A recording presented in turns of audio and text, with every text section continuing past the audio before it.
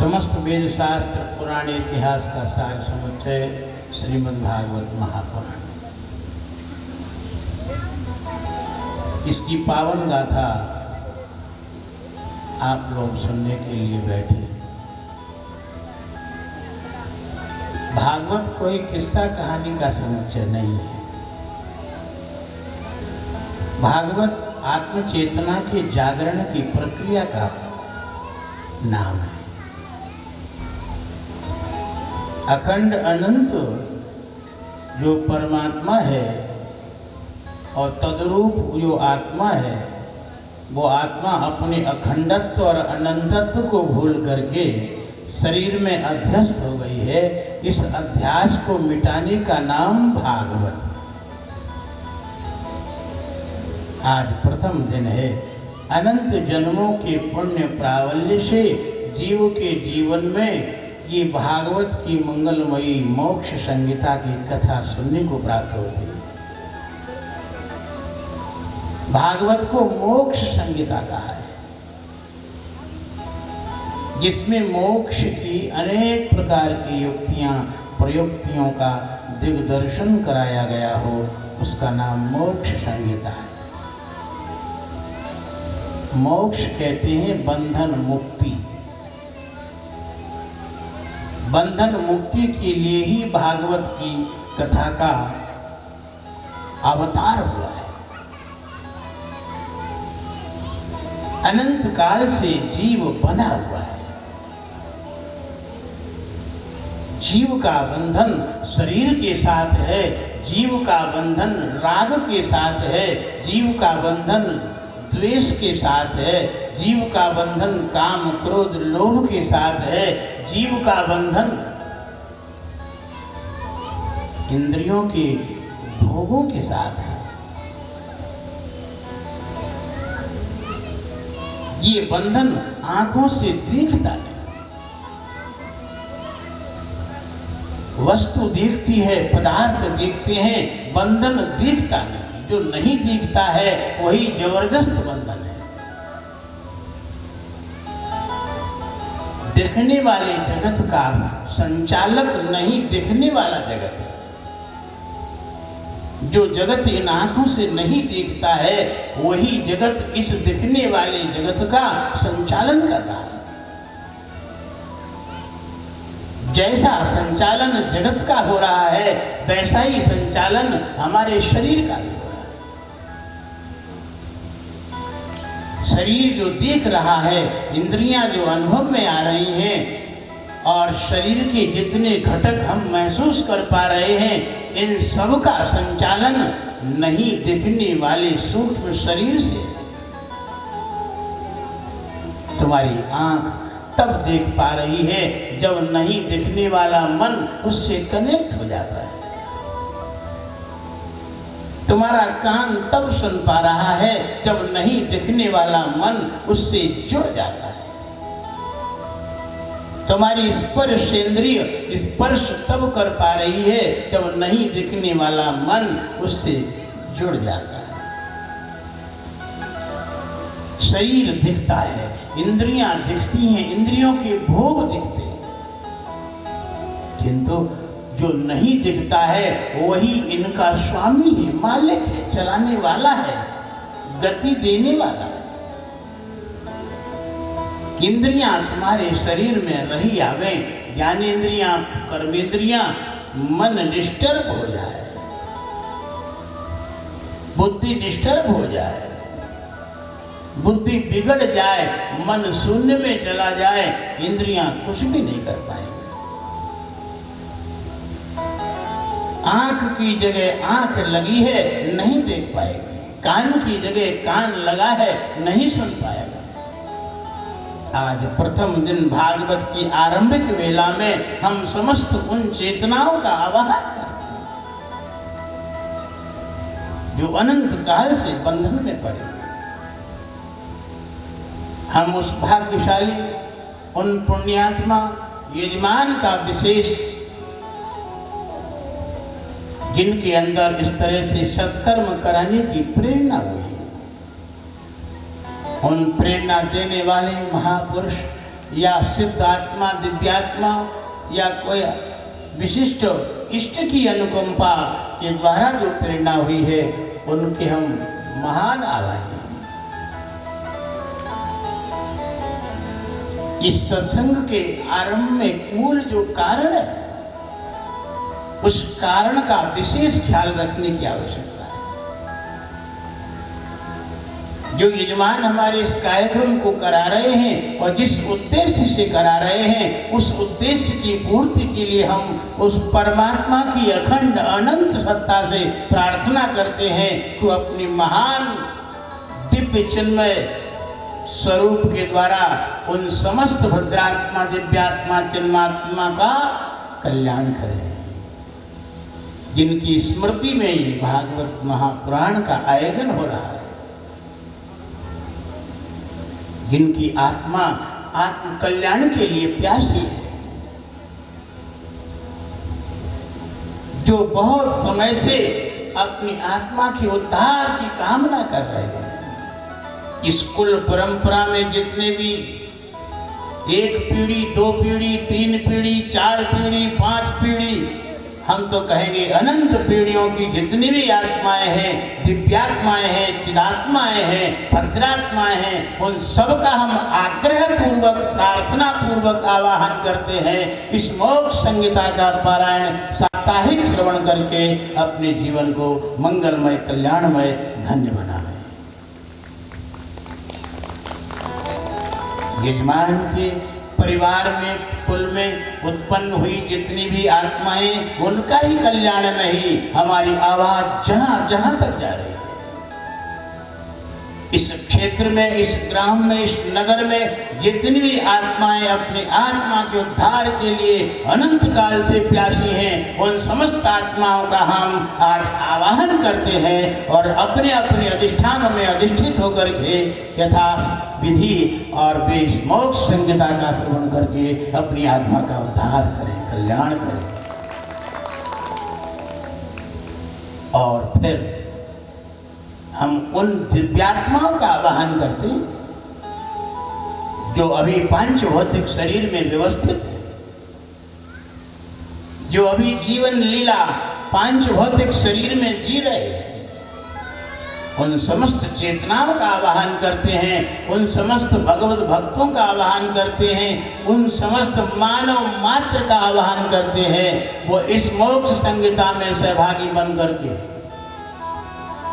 इसकी दिव्य आनंदप्रद, मोक्षप्रद कथा का परिश्रवण करके अपने दैनिक जीवन को कल्याणमय बनावे और मरणोपरांत अपनी चेतना को बंधन मुक्त करके उस विराट परमात्मा में लीन करें।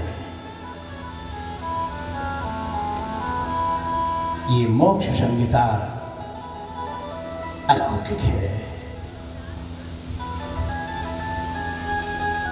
भगवान श्री कृष्ण परात्पर ब्रह्म, उसके लिए भागवत नया सभी बोले एते चांस कला पुंस कृष्णस्तु भगवान स्वयं। जितने अवतार आप लोग सुनते हैं, ये कोई अंश अवतार है, कोई आवेश अवतार है, कोई स्फूर्ति अवतार है, कोई अर्चा अवतार है, कोई वेदावतार है, कोई कलावतार है, किंतु भगवान कृष्णस्तु भगवान स्वयं परात्पर ब्रह्म है। परमात्मा उनकी पावन मंगलमयी लीलाओं का जहाँ व्याख्यान हुआ है, उस व्याख्यान के द्वारा अपनी मंगलमयी चेतना का उद्धार करने के लिए आवाहन करते हैं व्यास भगवान। मोक्ष संहिता बंधन मुक्ति दिलाती है। वस्तुतः जीवात्मा बाहर से नहीं दिखता है कि बना हूं, वस्तुतः अंदर से बंधा हुआ है। 84 लाख योनियों के जितने भी जीव हैं, ये सब शरीरों में बंधन प्राप्त किया है। सबसे पहला हमारी आत्मा का शरीर में आना, यही सबसे बड़ा बंधन है। आत्मा अति सूक्ष्म है, अखंड है, अनंत है।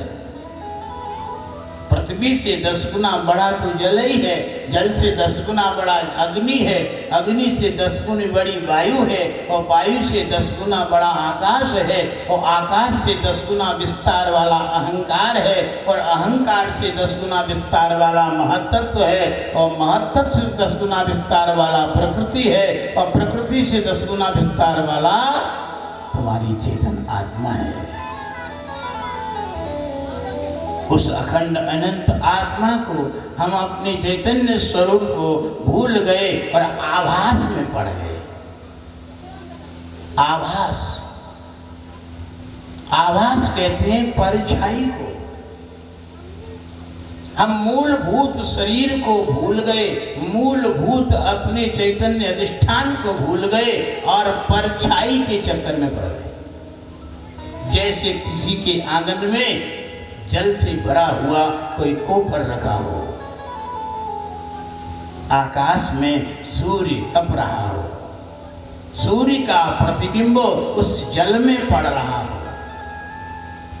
यद्यपि जल में सूर्य जैसा प्रतिबिंब दिखता है, किंतु जल के अंदर जो प्रतिबिंब है वो यथार्थ सूर्य नहीं है,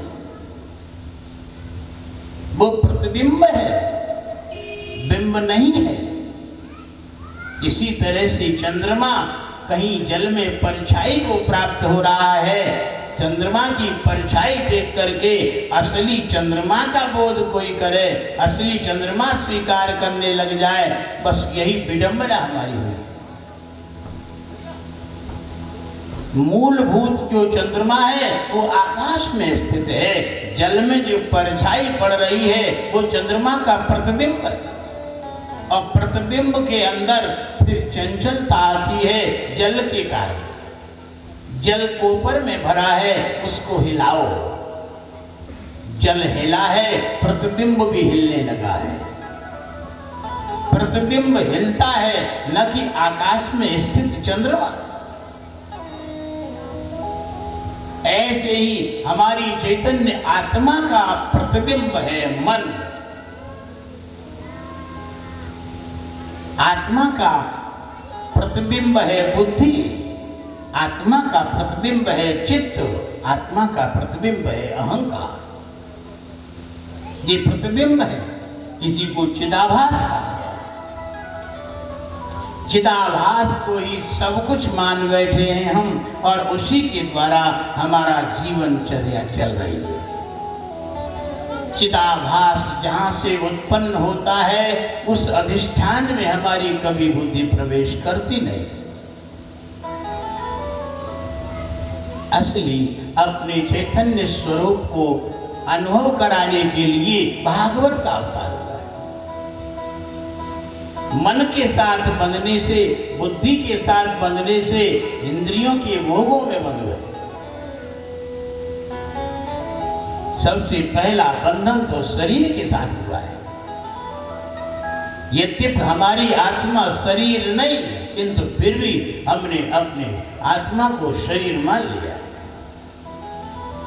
और इतनी जबरदस्त तरीके से आत्मा शरीर में फंस गई है और शरीर के अणु अणु में व्याप्त हो गई है कि जरा सा भी कहीं भी कोई एहसास होता है, मक्खी भी काटती है, तुरंत हमको एहसास होता है कि हमको काटा।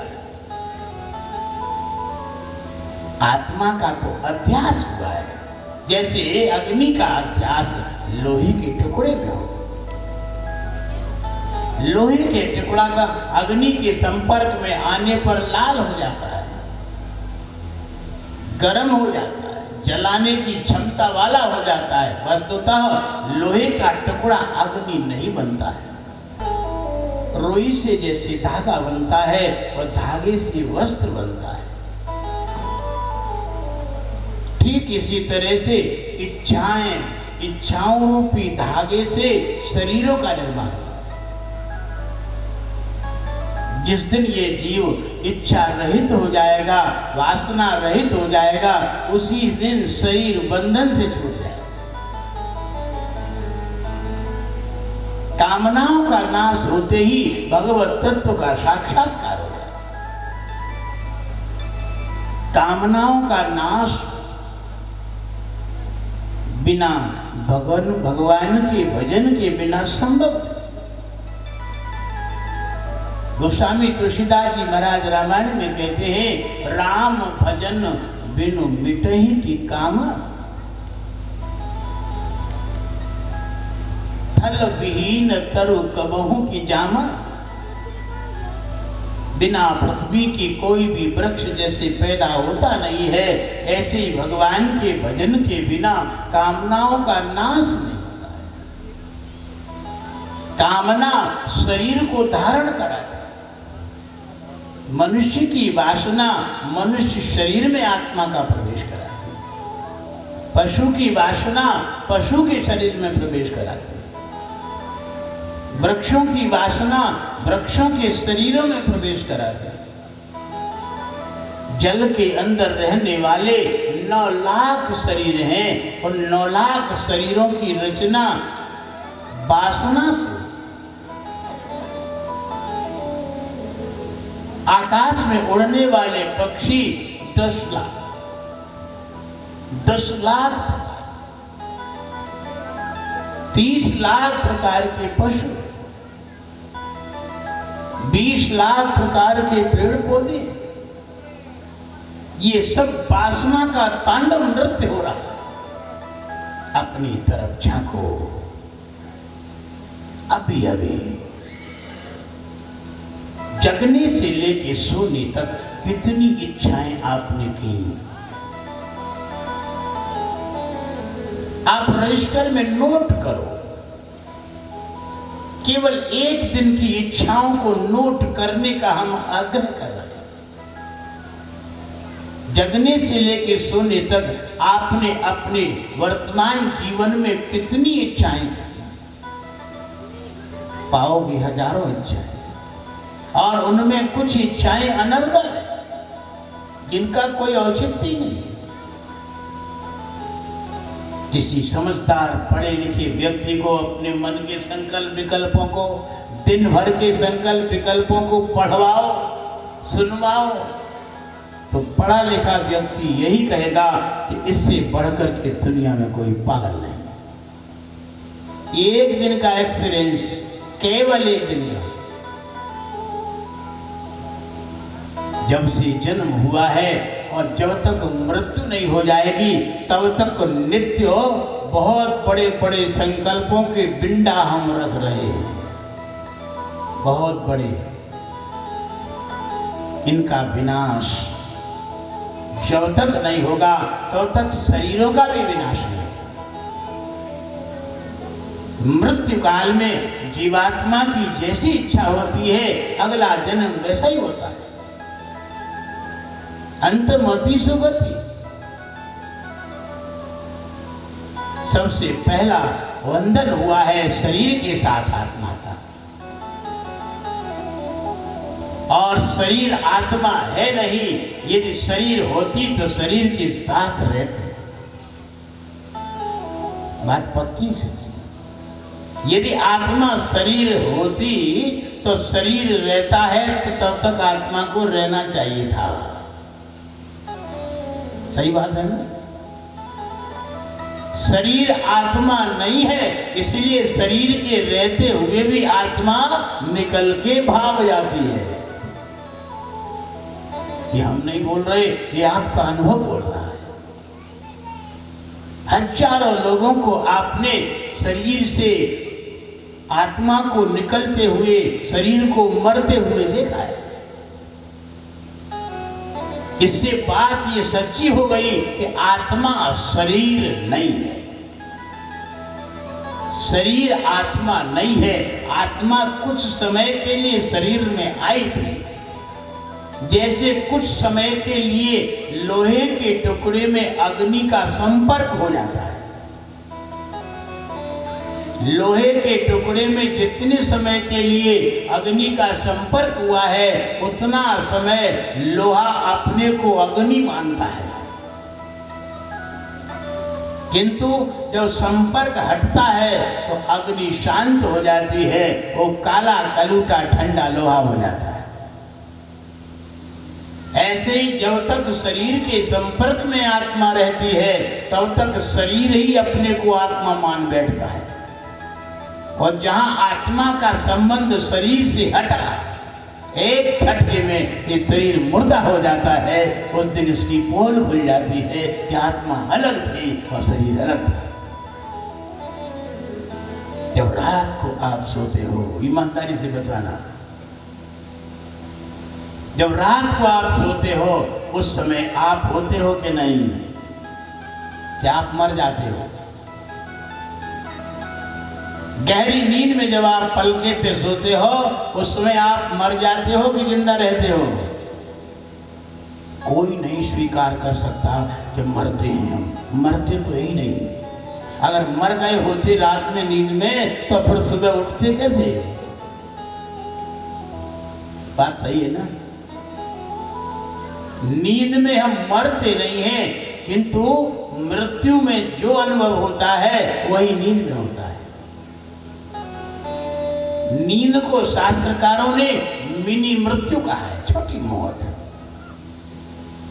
6 घंटे की मौत, 8 घंटे की मौत।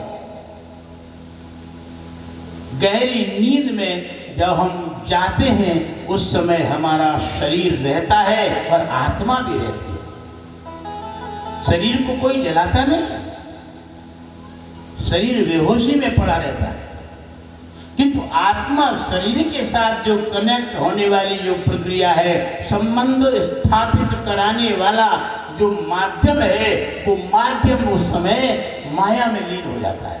ध्यान देना, शरीर के साथ चेतन आत्मा का संबंध कराने वाला जो माध्यम है, माध्यम नींद में नहीं रहता। नींद में वो माध्यम गायब हो जाता है, अर्थात माया में सो जाता है। इसलिए शरीर का हमको भान नहीं होता है। ध्यान देना, शरीर का जब निद्रा काल में भान नहीं होता है तो शरीर के साथ होने वाली जितनी हरकतें, ध्यान देना, राग होना, द्वेष होना, क्रोध होना, लोभ होना, मोह होना और दोस्ती होना, दुश्मनी होना, अपना और पराया होना, शरीर का अभ्यास अध्यास होना, ये सब के सब एक झटके में गायब हो जाते हैं। नींद में कुछ रहता है? नींद में न दुश्मन रहता है, न दोस्त रहता है, न काम रहता है, न क्रोध रहता है, न लोभ रहता है, न मोह रहता है, न अपना रहता है, न पराया रहता है। नींद में बस सिर्फ तुम रहते हो।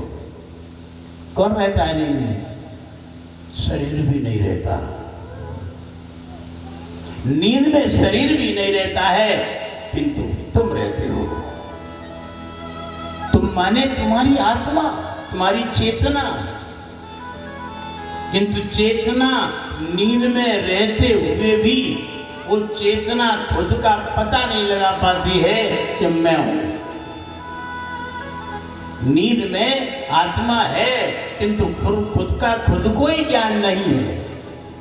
इतना जबरदस्त अज्ञान है माया के कारण। यह ज्ञान कहां से आया? यह ज्ञान माया के कारण आया, प्रकृति के कारण आया।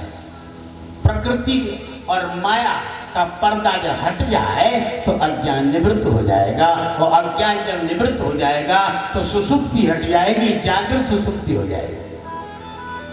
सुषुप्ति माने गहरी और जागृत सुषुप्ति माने तुरीय अवस्था का आधार, तुरीय अवस्था का दरवाजा। नींद में जो बार बार हम कहते हैं नींद में आप रहते हो, किंतु आपका शरीर, आपका बोध नहीं रहता उसका शरीर का। आप तो रहते हो, किंतु उस समय अज्ञान के कारण आपकी चेतना गिरी हुई, अज्ञान से, अंधकार से। और अज्ञान जिस समय नष्ट होगा उसी क्षण आपको निद्रा में जो कंडीशन होती है, ध्यान देना, वही कंडीशन आपकी जागृत अवस्था में हो जाएगी। बस इतना ही भर करना है, तो ज्यादा करना नहीं है। और भागवत के श्रवण से यही होता है। नींद में आपका खुद को बोध नहीं रहता, भागवत आपके बोध को कायम कराने का सूत्र देता है। निद्रावस्था में आपका खुद को कैसे ज्ञान रहे, ये भागवत बताता है। आप जागृत में अपने आप को महसूस करते हो। अपने आप का तात्पर्य है जहां तक तुम्हारा मन जाता है वहां तक। जगने में आप जहां तक मन जाता है वहां तक अपने आप को मानते हो, किंतु नींद में जहां मन नहीं जाता है वहां से और आगे आगे स्थिति बढ़ जाती है। मन तो सो गया माया में, किंतु तुम रहते हो, तुम्हारा बोध नहीं रहता अज्ञान के कारण। आप तो एक छोटे से उपाय का हम दिग्दर्शन कराते हैं। आप रात में सो गए पलके पे, लेट गए, अभी नींद आई नहीं। सबको ऐसा होता है। रात में आप पलके पे लेट गए हो, नींद अभी आई नहीं है, नींद की प्रतीक्षा चल रही है, और थोड़े ही क्षण में नींद के झोंके आना आरंभ हो गए। ध्यान देना, उस समय आपकी एक कंडीशन बनती है। वो कंडीशन है निद्रा अवस्था में जाने के पहले और जागृत अवस्था का छूटना। जागृत अवस्था का छूटना और नींद में प्रवेश नहीं होना, बीच में एक जॉइंट है, संधि काल। आपके होश ने जगने की अवस्था को छोड़ दिया है। ध्यान देना, बहुत गहरी बात है, और रोज इस कंडीशन से आप गुजरते हो। आपके होश ने जगने को तो छोड़ दिया है और अभी गहरी नींद को पकड़ नहीं पाया है होश, अभी रास्ता चल रहा है। गहरी नींद को पकड़ नहीं पाया, गहरी नींद में प्रवेश अभी हुआ नहीं है आपके होश का, और आपके होश ने जगने वाली अवस्था छोड़ दी है। ऐसी कंडीशन में आप 1 सेकंड, 2 सेकंड, 5 सेकंड ठहर जाओ, बस वही तुरीय अवस्था है। वही तुरीय अवस्था है। जागृत, स्वप्न, सुषुप्ति तीनों से उठी हुई जो अवस्था, वही तुरीय अवस्था है। जगने को आपने छोड़ दिया है और सोने को आप पकड़ पाए नहीं हो, ऐसी बीच की कंडीशन होती है। सबके अंदर होती है, डेली होती है, किंतु इतनी झटके से वो कंडीशन गुजर जाती है कि आप उसको पकड़ नहीं पाते हो। और जिस दिन वो कंडीशन पकड़ में आ जाएगी, उसी दिन जागृत सुषुप्ति हो जाएगी। और जागृत सुषुप्ति का मतलब है तुरीयावस्था में प्रवेश, अपने चैतन्य अधिष्ठान का बोध हो जाना, अपनी चैतन्य आत्मा का बोध हो जाना। मैं कौन हूं इसका यथार्थ में ज्ञान हो जाना। मैं कह करके तो जिंदगी गुजर गई, तुमने जिसको मैं कहा वो तो मैं है ही नहीं।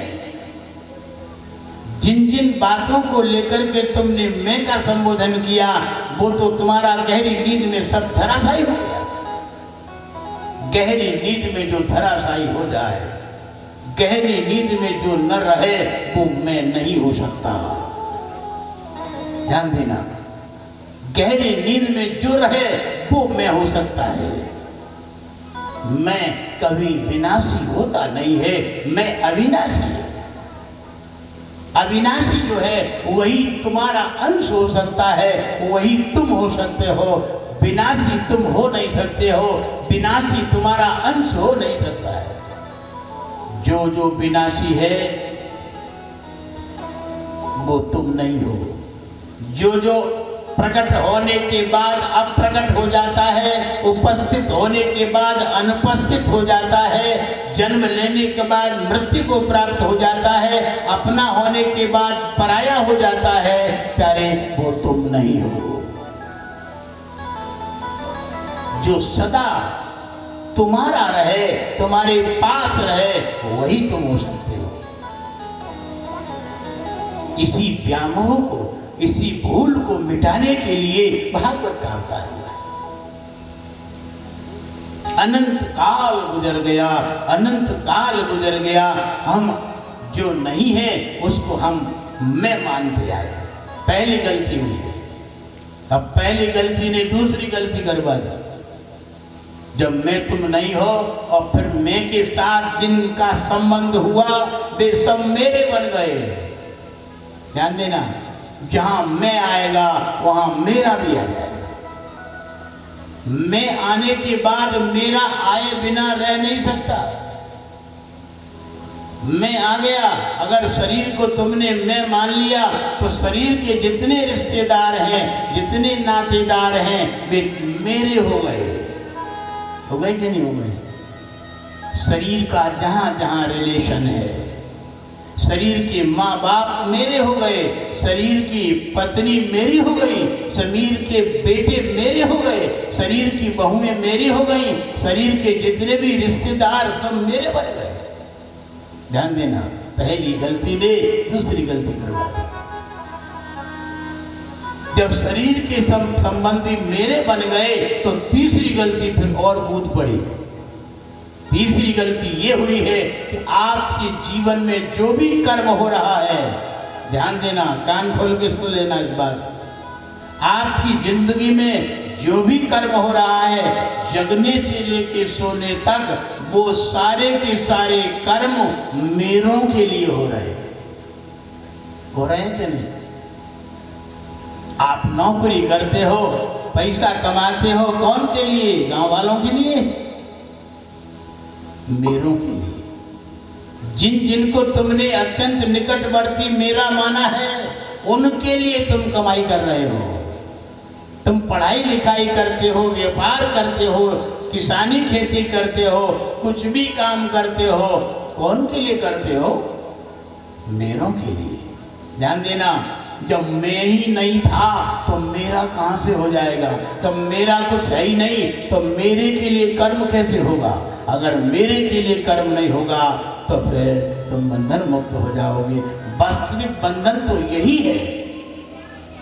इसलिए भोले बाबा ने कहा है, इस देह को मैं मानना सबसे बड़ा ये पाप है, सब पाप इसके पुत्र हैं, ये पाप का भी बाप है।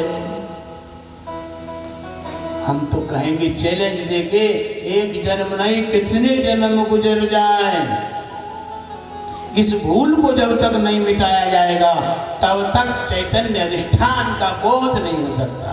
ये तो सब झूठा सपना है, क्या तेरा क्या मेरा रे ओ मनवा, क्या है जग में मेरा ओ मनवा, क्या है जग में तेरा।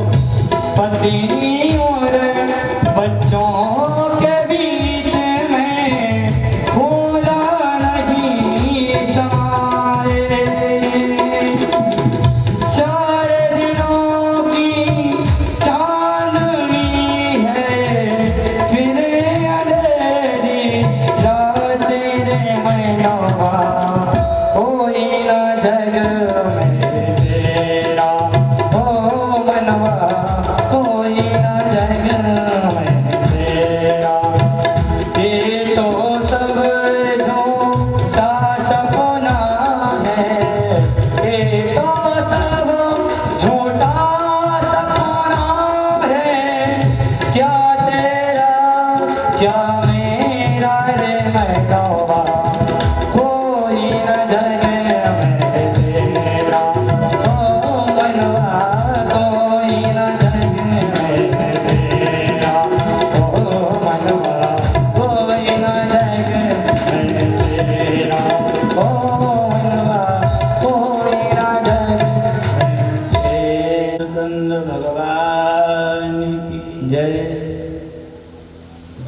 जगत में सुख दुख दोनों का भोगता है। स्वप्न में भी सुख दुख दोनों का भोगता है देहाभिमानी जीव,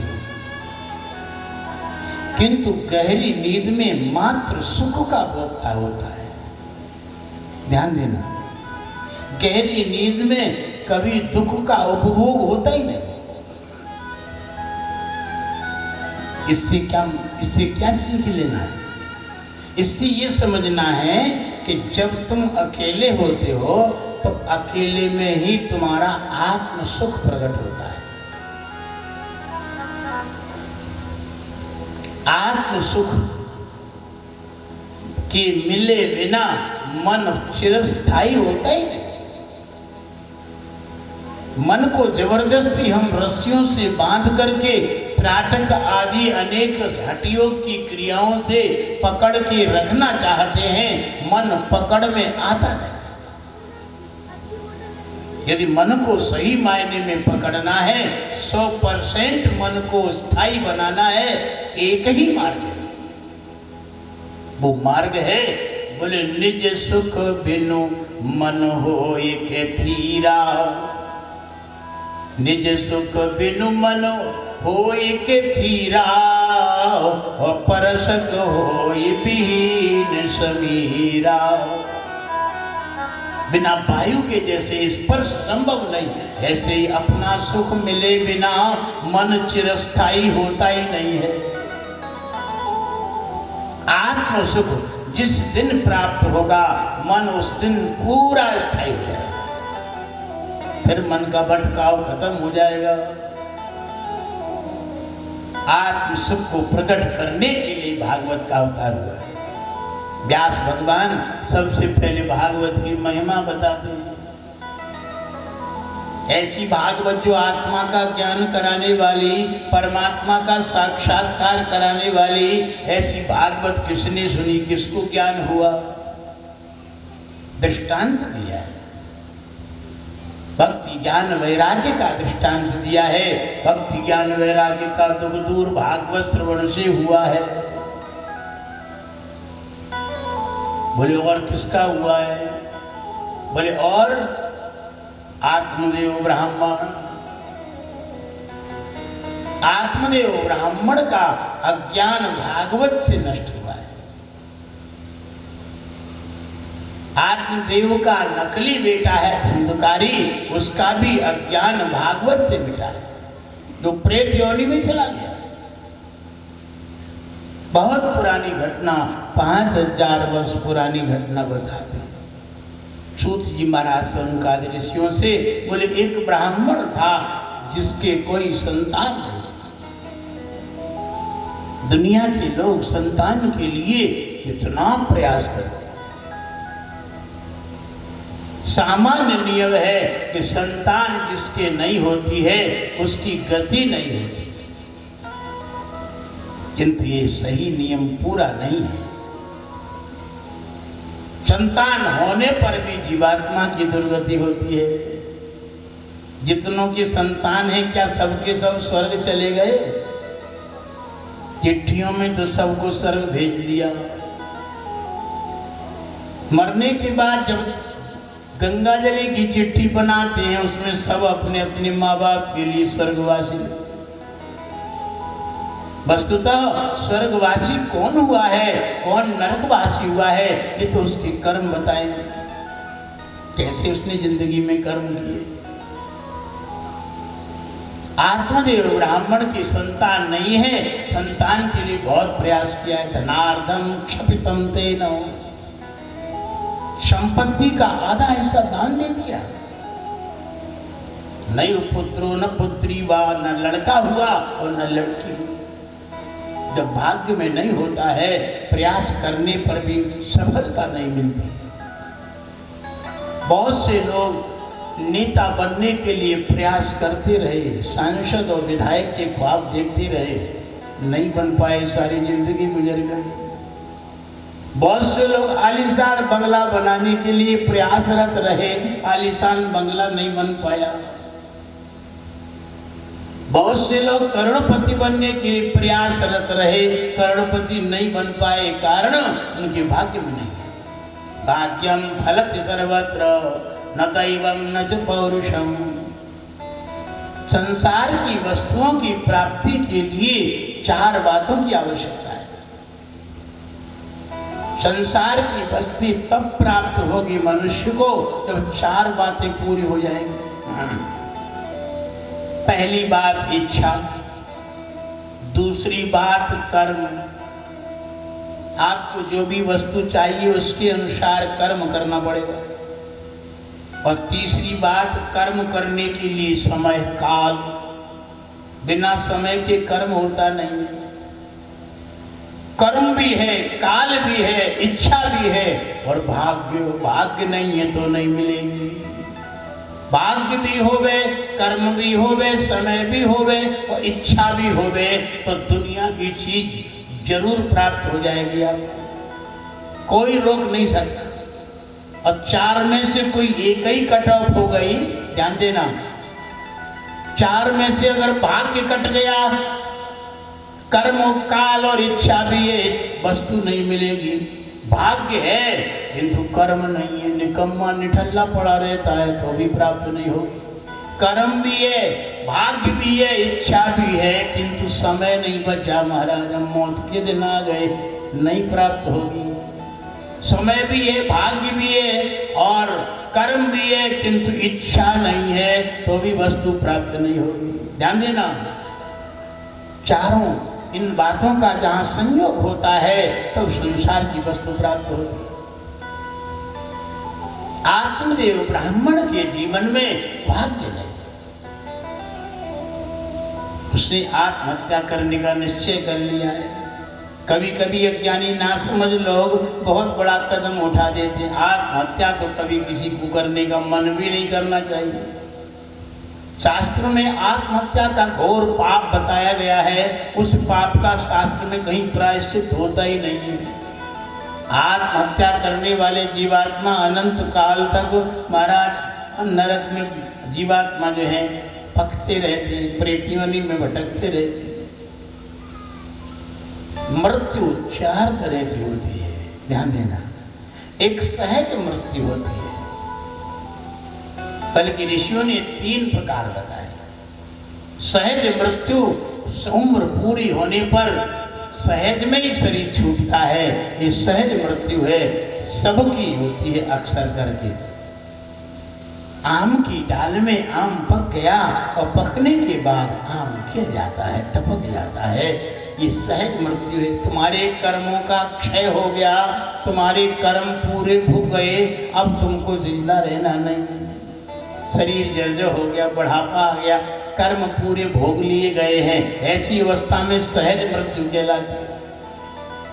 ऐसी मृत्यु वाला जीवात्मा अटकता नहीं है, भटकता नहीं है।